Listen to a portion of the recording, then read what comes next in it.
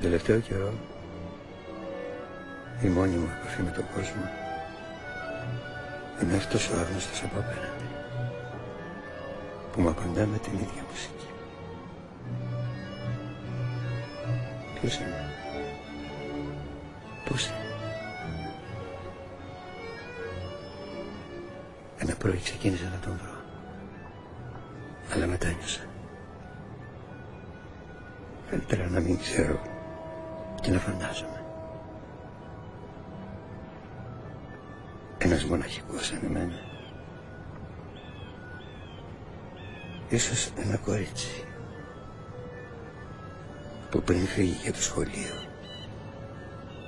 παίζει με το άγνωστο.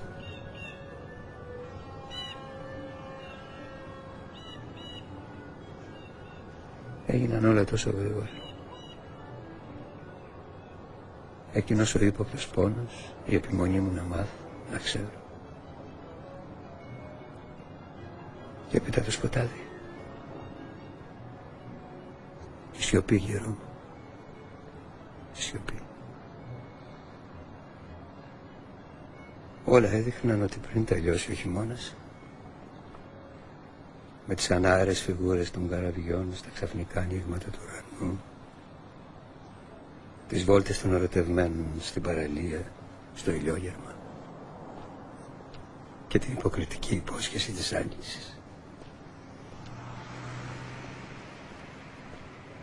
Όλα έδειχναν ότι πριν τελειώσει ο χειμώνας, το μόνο που λυπάμαι, Άννα, το μόνο άραγε είναι ότι δεν πρόλαβα σχεδόν τίποτα. Τα περισσότερα μείναν σκέρια. Λέξεις πεταμένες εδώ και